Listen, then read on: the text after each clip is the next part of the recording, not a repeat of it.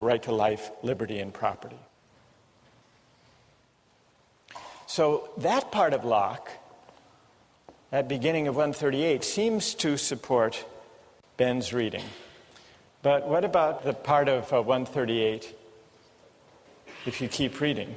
Men, therefore, in society having property, they have such a right to the goods which by the law of the community are theirs. Look at this. And that no one can take from them without their consent.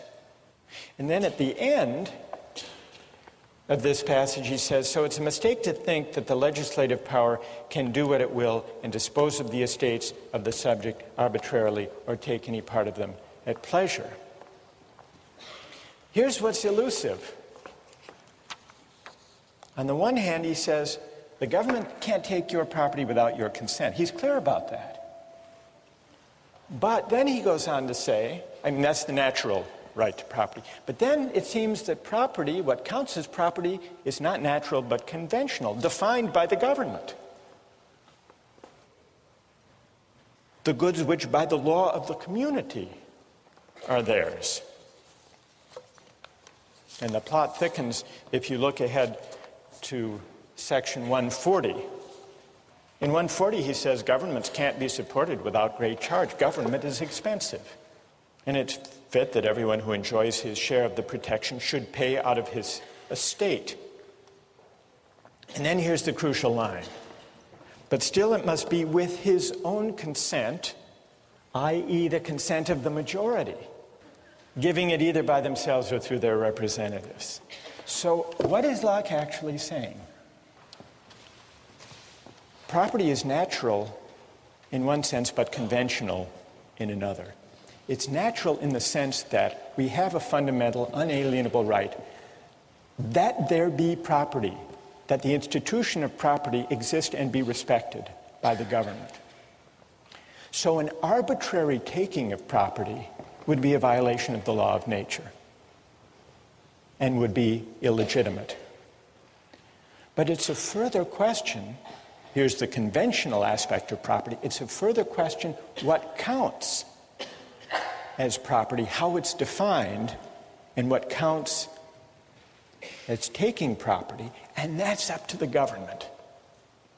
So the consent, here we're coming back to our question, what is the work of consent? What it takes for taxation to be legitimate is that it be by consent, not the consent of Bill Gates himself if he's the one who has to pay the tax, but by the consent that he and we, all of us within the society, gave when we emerged from the state of nature and created the government in the first place. It's the collective consent. And by that reading,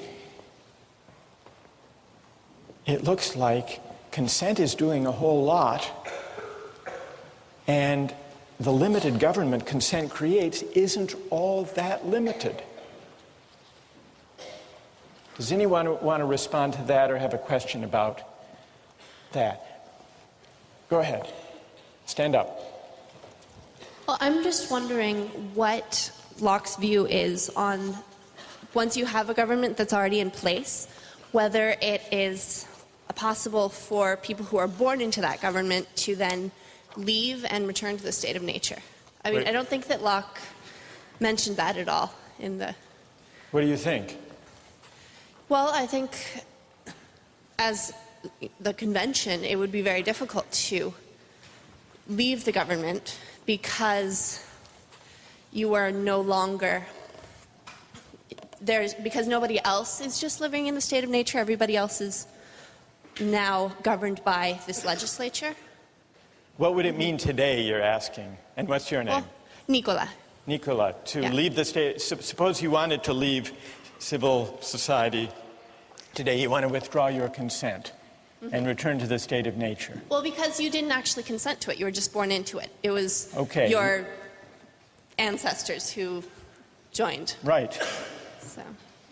You didn't sign the social contract. I didn't sign it. Exactly. All right. So what does Locke say there? Yeah. I don't think Locke says that you have to sign anything. I think that he says that it's kind of implied consent. By living and taking government services, you are implying that you are consenting to the government taking things from you. All right, so implied consent, that's a partial answer to this challenge. Now, you may not think that implied consent is as good as the real thing. Is that what you're shaking your head about, Nikolai?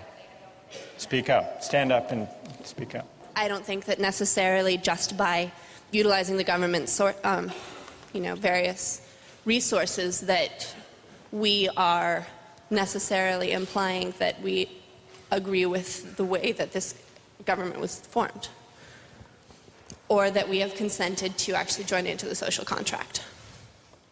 So you don't think the idea of implied consent is strong enough to generate any obligation at all to obey the government? Not necessarily, no. Nikolai, if you didn't think you'd get caught, would you pay your taxes? I don't think so. I would rather have a system personally that I could give money to exactly those sections of the government that I support, and not just blanket support everything. You'd rather be in the state of nature, at least Exactly. on April 15th.